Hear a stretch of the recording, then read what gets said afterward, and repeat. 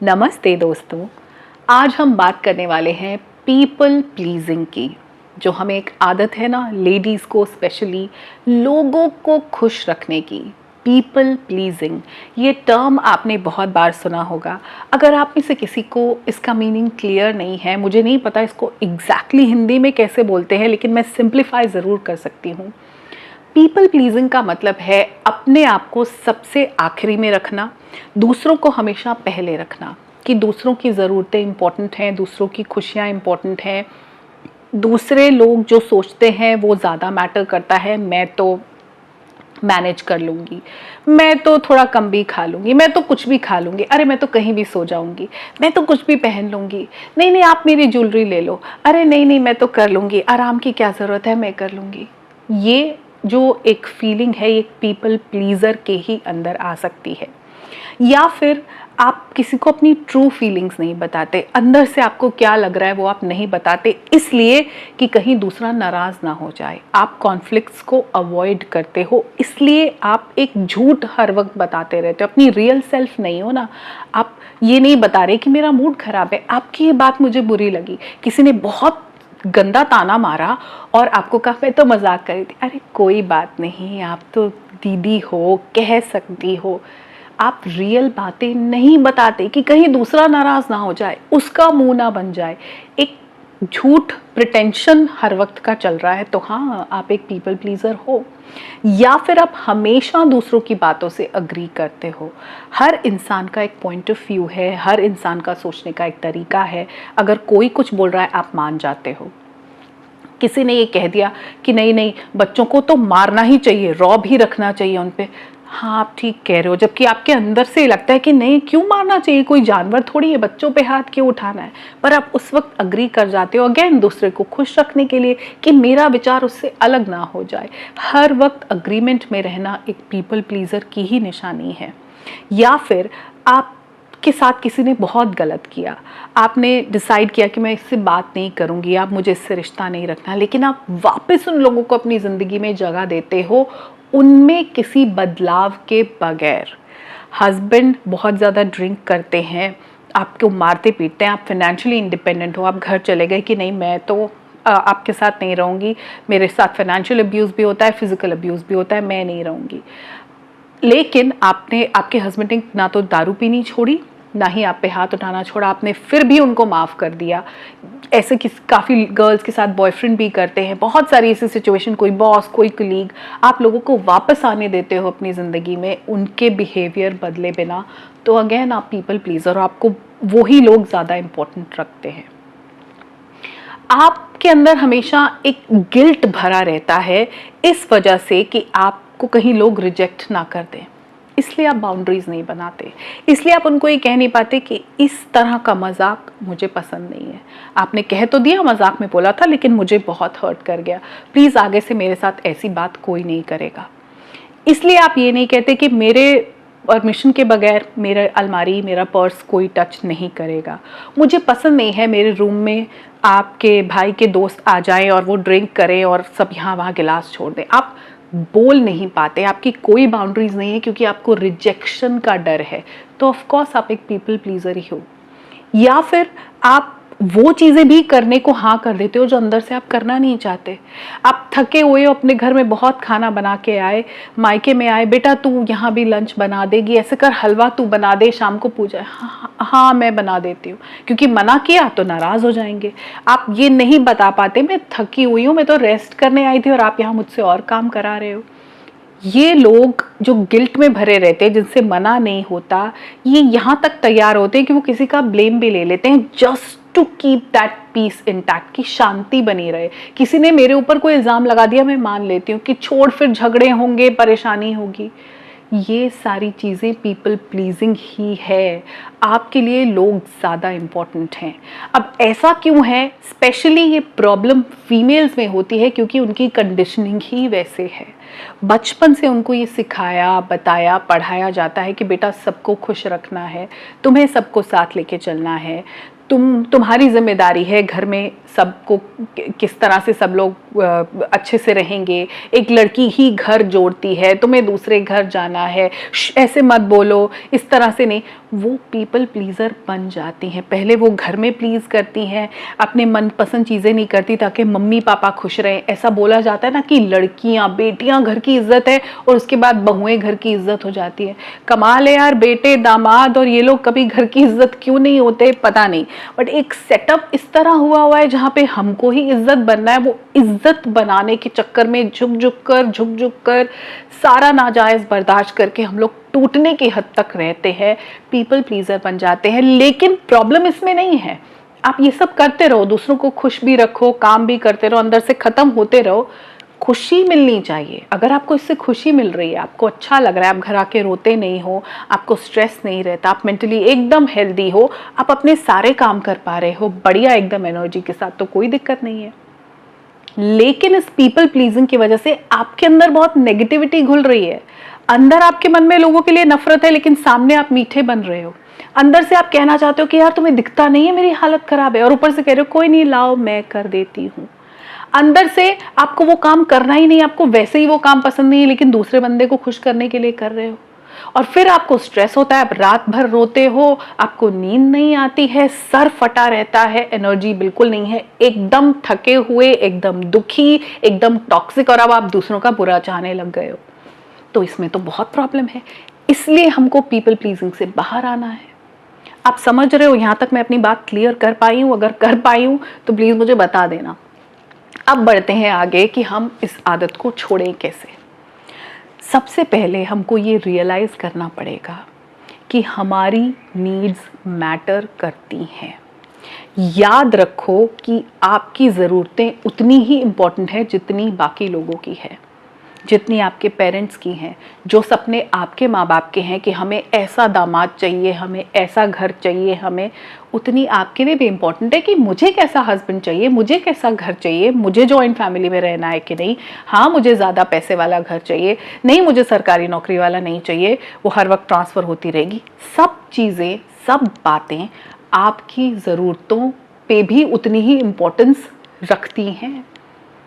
हमेशा दूसरों को इंपॉर्टेंस देने से पहले सोचो कि मेरी चीज़ें भी, मैं एक अडल्ट हूँ, मेरी भी विशेज़ हैं, मेरी भी इच्छाएं हैं, बाकियों की तरह मैं भी मैटर करती हूँ। फिर आपको ध्यान देना होगा अपने रिश्तों पे।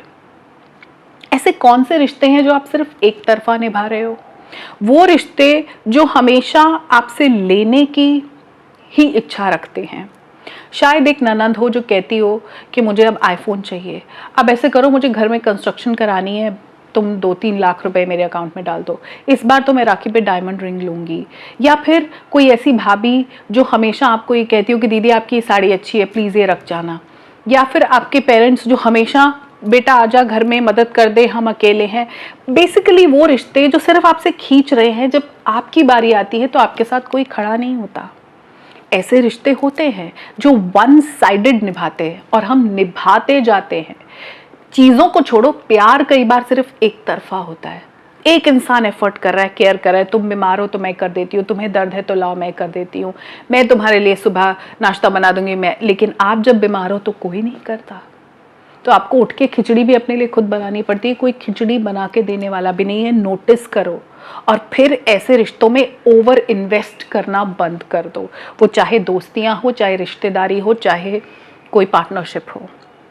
दो लोग साथ रहते हैं, अगर आपको ऐसा लग रहा है कि आपका पार्टनर इक्वल इन्वेस्ट नहीं कर रहा तो अपने एंड का एफर्ट कम कर दो यार, इतनी प्रॉब्लम क्या है? खुद को पहले रखोगे नहीं तो कोई आपको इंपॉर्टेंस देगा ही नहीं।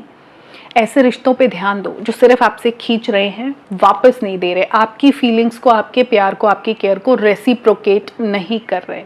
तब आपकी पीपल प्लीजिंग की आदत जाएगी। फिर आपको करना है कि एक चीज़ एक्सेप्टेंस की तरफ लेके जानी है। इस चीज़ को एक्सेप्ट कर लो, मान लो कि हर एक इंसान आपको पसंद नहीं करेगा और साथ ही में आप हर किसी को खुश नहीं कर सकते।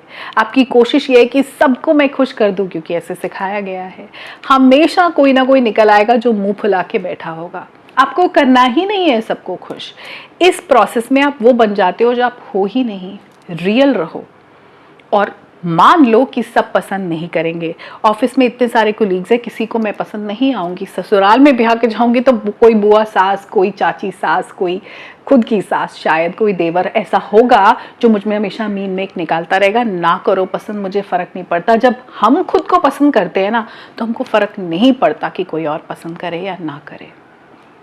और इस एक्सेप्टेंस के बाद ऐसे रिश्ते देखो जहां ऐसे लोग हैं जो आपको उसी तरह से एक्सेप्ट कर लेते हैं जैसे आप हो, आपकी रियल सेल्फ, जो कभी कभी गुस्से में थोड़ा सा यहाँ वहाँ कर देती है लेकिन फिर आके माफ़ी मांग लेती है, जो कभी कभी बचकानी हरकतें कर देती है लेकिन पूरी जिम्मेदार है। आपकी जो भी रियल सेल्फ है, जो आप एक्चुअली में हो, वो आपको वैसे ही एक्सेप्ट करते हैं। उनको आपको बदल के कुछ और बना के आपसे रिश्ता नहीं निभाना। ऐसे लोगों को ढूंढो, ऐसी दोस्तियां ढूंढो, ऐसी रिश्तेदारियां ढूंढो। हैं ऐसे लोग भी हैं, ये दुनिया सारी टॉक्सिक और नार्सिसिस्ट लोगों पर नहीं चल रही, बहुत अच्छे लोग भी हैं, हम ढूंढ नहीं पा रहे। आप अपने लिए ढूंढो वो लोग जो वाकई में आपको वैसे ही एक्सेप्ट करेंगे जैसे आप हो।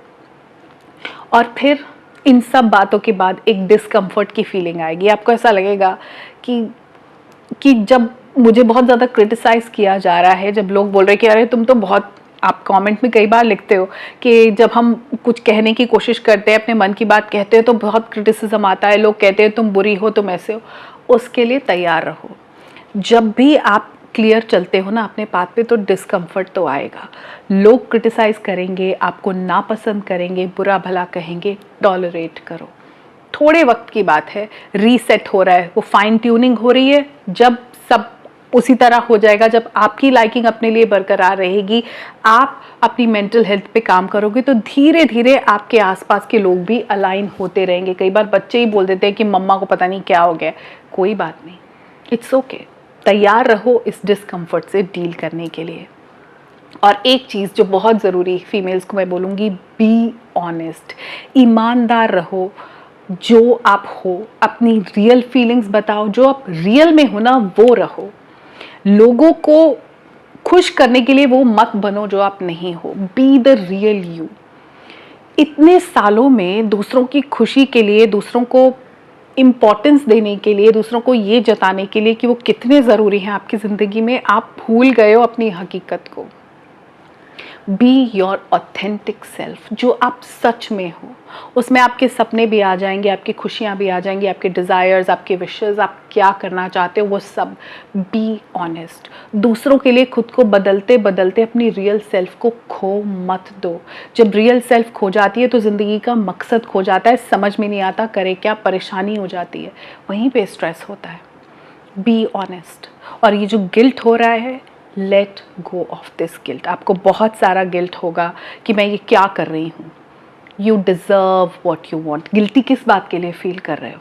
अपने आप को पहले रखने के लिए, अपनी खुशियों को इम्पोर्टेंस देने के लिए, अपनी ज़रूरतों के बारे में सोचने के लिए, अपने सपनों को पूरा करने के लिए गिल्टी फील करने की क्या ज़रूरत है? सपने, खुशियाँ, ज़रूरतें, इम्पोर्टेंस क्या सिर्फ जेंडर बेस्ड हैं कि एक जेंडर को, या रिश्तों में ये वाले सिर्फ घर के बड़ों को मिलनी चाहिए? हर इंसान को हक है, हर वो क्रिएशन जो भगवान की है, फिर वो पेड़ पौधे हों, जानवर हो, पक्षी हों, हम लोग हों, सब डिज़र्व करते हैं ना हैप्पीनेस। आप भी डिज़र्व करते हो। तो प्लीज़ गिल्ट निकाल दो, क्योंकि इस प्रोसेस पे, इस पाथ पे जब हम चलते हैं तो गिल्ट बहुत सारा होता है। धीरे धीरे माइंडफुली हम उसको साइड कर सकते हैं। और ना कहना सीखो। ये तो बहुत ज़रूरी है कि हम ना कहें किसी को हर्ट किए बिना। अगर आप थक कर आए हो अपने घर में, ऑलरेडी ससुराल में खाना बना के जब मायके में जा रहे हो, तो तू बना देगी प्रसाद, उधर भाभी भी बैठी है, दूसरी बहन भी बैठी है, बुआ भी बैठी है, सब बैठे, मैं बना दूं? नहीं मम्मी, मैं बहुत थकी हुई हूँ, मैं अभी आराम करूँगी, मेरे में हिम्मत नहीं है। ना कहना सीखो, प्यार से, हर्ट नहीं करना। ये नहीं बोलना उसको तो नहीं कहते, हर बार मुझे कहते, आराम से, मैं थकी हुई हूँ, प्लीज मैं नहीं बनाऊंगी। उनको भी एक बार बुरा लगेगा लेकिन पता चल जाएगा, अब तक उनको आदत नहीं है। आप हमेशा वो वाला जो एक मेंबर हो फैमिली का जिसको कुछ भी कह दो वो कर देता है। तू सफाई कर देगी, कोई भी नहीं आ रहा तू आ जाएगी, हॉस्पिटल जाना है तू कर लेगी। आप जब तक नहीं बताओगे कि आपकी भी जिंदगी है, आपके लिए भी चीजें हैं जरूरी करने वाली, पता नहीं चलेगा। ना कहना सीखो बिना किसी को हर्ट किए, आराम से, पोलाइटली। और आखिरी चीज जो आपको बहुत जरूरी करनी है वो है प्रैक्टिस सेल्फ केयर। अपनी केयर तो आपको खुद करनी पड़ेगी। अनफॉर्चुनेटली हम लेडीज़ के लिए केयर करने वाला कोई भी नहीं होता। हम बड़े होते होते ये सीख जाते हैं कि हमें अपना ध्यान खुद ही रखना है। अगर आप अब तक नहीं सीखे और उम्मीद कर रहे हो, तो फिर आपको अब ज़रूरत है अपने फिज़िकल, इमोशनल, मेंटल सब स्टेट को बैलेंस्ड रखने की। मे बी आप अपनी फिजिकल हेल्थ पे तो बहुत ध्यान रख रहे हो, आप क्या खा रहे हो, वर्कआउट कर रहे हो, सब ठीक है, लेकिन मेंटली आप बहुत ज़्यादा टॉर्चर कर रहे हो अपने आप को, तो भी सही नहीं है। इमोशनली, स्पिरिचुअली भी बैलेंस बनाओ, अपना ध्यान रखना शुरू करो। लेडीज़ को कोई परोसता नहीं है प्यार और care. I am really sorry to say, कोई आके नहीं कहेगा कि बेटा तू थक गई है, आराम कर ले, नहीं नहीं ये काम तुम मत करो, हम कर लेंगे, छोड़ो तुम कहाँ करोगी यार, रहने दो, नहीं नहीं तुम अभी तो ऑफिस से आई हो, अब तुम ही चाय बनाऊंगी, आज हम बना के पिलाते। आपको कोई नहीं कहेगा। आप अगर तैयार हो तो ऑफिस से आके भी करोगे, दिन भर करके रात को फिर करोगे, अपना भी करोगे, दूसरों का भी करोगे। सेल्फ केयर में आपका रेस्ट आ जाएगा। आपको अपने कैसे ध्यान रखना है, माइंडफुल रहना है, क्या क्या एक्टिविटीज़ इन्वॉल्व करनी है, ये आप खुद डिसाइड करोगे। सेल्फ केयर पे अगर डिटेल वीडियो चाहिए तो मुझे बताना, बहुत जल्दी मैं वो वीडियो भी लेके आऊँगी। और आई होप ये पीपल प्लीजिंग वीडियो के बाद आप काफ़ी हद तक लोगों को अपने ऊपर रखने, अपने से बेहतर समझने के रास्ते से थोड़ा सा हट जाओगे। ये पीपल प्लीजिंग की आदत कुछ हद तक कम हो जाएगी आप में से। तो उम्मीद करती हूँ कि अपने बेस्ट वर्जन बनने की जर्नी पे आप चल रहे हो खुशी खुशी। मैं मिलूँगी बहुत जल्दी आपसे अपने अगले वीडियो में। तब तक अपना ध्यान रखिए, खुद से बहुत ज़्यादा प्यार कीजिए, खुद को प्रायोरिटाइज़ करते रहिए और अपनी सेल्फ केयर आपकी जिम्मेदारी है, इस बात को समझते रहिए। नमस्कार।